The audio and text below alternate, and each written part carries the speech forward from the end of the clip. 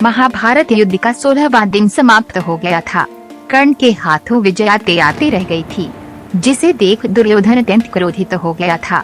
क्रोध में आकर दुर्योधन ने कर्ण से कहा, मैं इस कुरुक्षेत्र में ये युद्ध जीतने आया हूँ मित्र, और जब वह जीत तुम्हारे हाथ में थी, तुमने वह जीत अपने हाथ से क्यों जाने दी? मैं ये धर्म क्षेत्र कुरुक्षेत्र कुछ नहीं जानता, मैं सिर्फ इतना जानता हूँ कि मुझे ये युद्ध जीतना है। यह सुनकर कर्ण बोला, मित्र, मेरा बाण जब अर्जुन की छाती को चीरता उससे पहले संध्या हो जाती, इसलिए मैंने वह बाण जो अर्जुन को परलोक पहुंचा सकता था मैंने नहीं चलाया। परंतु हे मित्र, तुम आराम से सो जाओ, युद्ध खत्म नहीं हुआ है। ये राधे कल फिर युद्ध करेगा और कल का युद्ध इतिहास सदैव याद रखेगा। इतना कहकर कर्ण अपने शिविर में चले जाते हैं।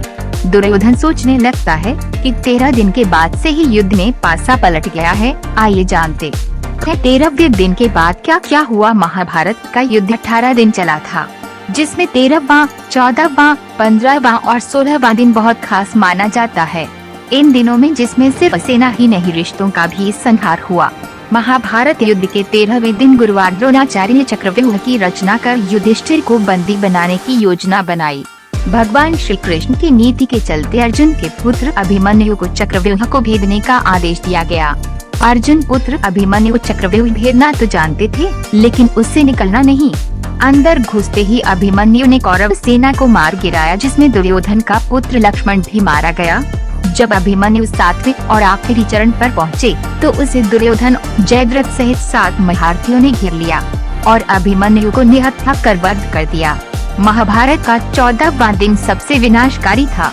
अर्जुन ने बेटे का बदला लेने के लिए खुद कौरव सेना के 7 अक्षौहिणियों को मार डाला। द्रोण और अन्य कौरव अर्जुन के संहार के आगे फीके पड़ गए। वहीं कृष्ण की चाल के कारण जयद्रथ भी अर्जुन के हाथ मारा गया। 15वें दिन कृष्ण ने युधिष्ठिर से द्रोणाचार्य के पुत्र अश्वत्थामा के मारे जाने की बात फैलाने को कहा, लेकिन युधिष्ठिर ने ऐसा करने से इनकार कर दिया।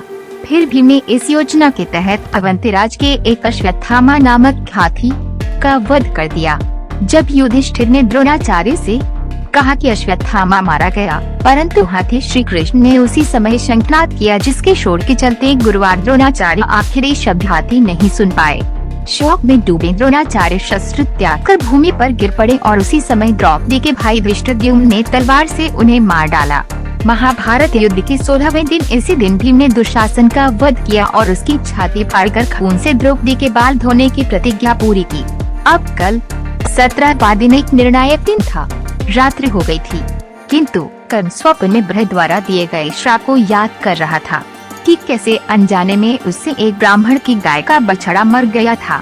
जिस पर क्रोधित होकर वे ब्राह्मण कर्ण से कहता है कि हे योद्धा, तुम तो दानवीर हो, क्या ये जीवन दान दे सकते हो? मेरी गाय को उसका बछड़ा जो यहाँ मरा पड़ा है उसको लौटा सकते हो? मेरी गाय अपने बछड़े के लिए बिलख रही है, तो क्या उसके नो का दूध तुम्हें श्राप भी नहीं दे सकता? हे योद्धा, मैं तुम्हें श्राप देता हूँ कि जिस रथ पर चढ़कर तुम इस बछड़े और इस ब्राह्मण से ऊंचे हो जाते हो, वही रथ एक दिन तुम्हें त्याग देगा जब तुम अपने जीवन का सबसे महत्वपूर्ण युद्ध लड़ रहे होगे। भूमि तुम्हारे रथ के पहियों को निगल जाएगी। कर्ण स्वप्न में ब्राह्मण से श्राप न देने की प्रार्थना कर रहा था कि तभी शिविर में एक सैनिक आया और बोला, प्रधान सेनापति की जय हो।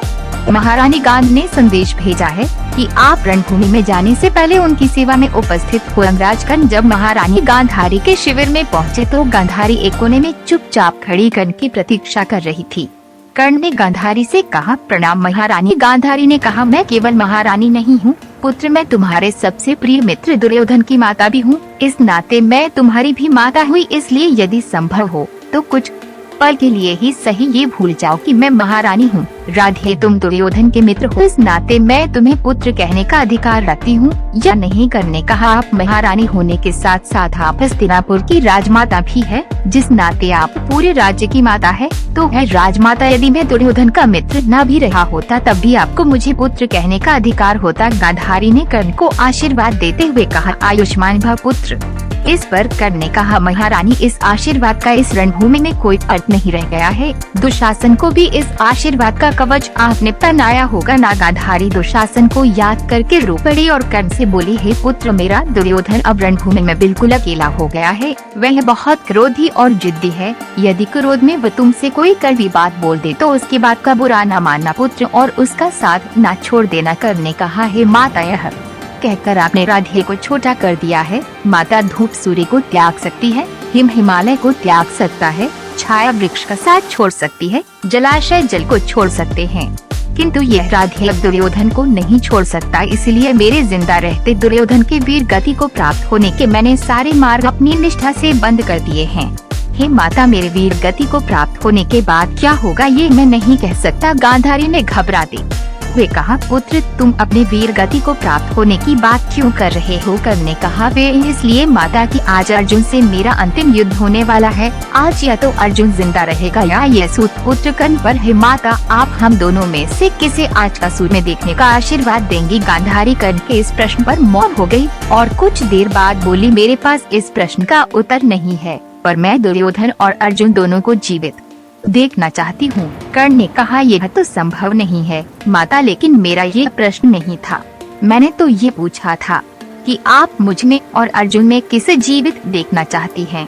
खैर, मुझे अनुमति दीजिए माते, इस प्रश्न का उत्तर ना दीजिए। इतना कहकर कर्ण रणभूमि की ओर चला जाता है। गांधारी का कर्ण को दिया जवाब कि वे अर्जुन और दुर्योधन दोनों को जीवित देखना चाहती है। हमें बहुत बड़ी सीख देता है कि अपना अपना होता है, चाहे वह कितना भी पापी क्यों ना हो। कर्ण ने बार बार गांधारी से यही प्रश्न किया है कि वे उसमें और अर्जुन में से किसे जीवित देखना चाहती है। हर बार गांधारी ने अर्जुन और पापी दुर्योधन को चुना, कर्ण को नहीं, क्योंकि गांधारी जानती थी कि चाहे अर्जुन उसके पुत्र का परम शत्रु क्यों ना हो, फिर भी वे अपना है। किंतु कर्ण चाहे दुर्योधन का कितना भी अच्छा मित्र क्यों ना हो, लेकिन वे है तो एक सूत पुत्र ही। लेकिन वास्तव में तो कर्ण कुंती पुत्र था, परंतु गांधारी ये राज नहीं जानती थी।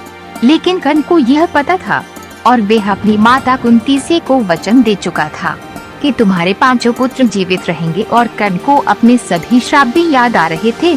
और अब गांधारी का ये हो तर्क कि वे अर्जुन को जीवित देखना चाहती है, उसे अंदर तक कचोट गया। महाभारत के दानवीर कर्ण को कई लोगों ने श्राप दिए थे। इन श्रापों की वजह से ही कर्ण की मृत्यु हुई थी। भगवान परशुराम ने कर्ण को श्राप दिया था कि जब तुम्हें अपनी विद्या की सबसे ज्यादा जरूरत होगी तब तुम सब कुछ भूल जाओगे।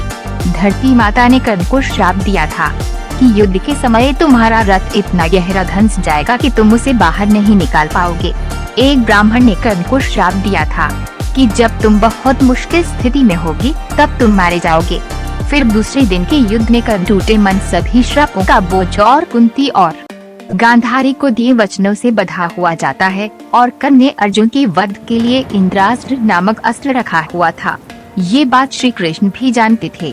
तब श्री कृष्ण ने भी पुत्र घटोत्कच को कर्ण से युद्ध करने के लिए प्रेरित किया। विशालकाय घटोत्कच को देखकर कौरव सेना में भगदड़ मच गई।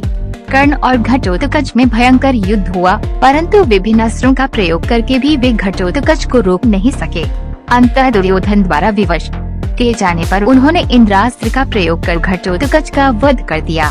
घटोत्कच वध के बाद वो शक्ति इंद्र के पास लौट गई। दूसरे दिन कर्ण और अर्जुन में भयंकर युद्ध हुआ। युद्ध भी चल ही रहा था कि कर्ण का रथ एक गड्ढे में फंस गया। कर्ण को खुद को बचाने के लिए ब्रह्मास्त्र चलाने की कोशिश करनी पड़ी थी, लेकिन परशुराम के श्राप के कारण वह मंत्र भूल गया था। कर्ण उसे निकालने के लिए जैसे ही रथ से उतरे, अर्जुन ने बाण मारकर उनका वध कर दिया। इस प्रकार एक दानवीर योद्धा का अंत हो गया। तो दोस्तों, ये थी आज की वीडियो। उम्मीद है आपको आज की वीडियो पसंद आई होगी। वीडियो पसंद आई हो तो वीडियो को लाइक करके वीडियो को शेयर करें।